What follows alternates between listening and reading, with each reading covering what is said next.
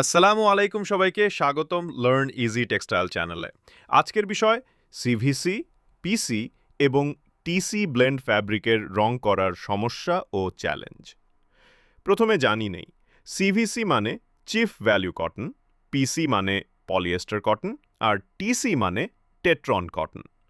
এই ফ্যাব্রিকগুলোতে থাকে দুই ধরনের ফাইবার, পলিয়েস্টার ও কটন, আর এখান থেকেই ডাইং সমস্যার শুরু।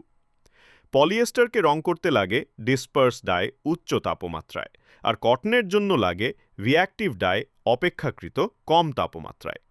তাই একসাথে দুটো ফাইবারে সঠিক রং আনা অনেক কঠিন।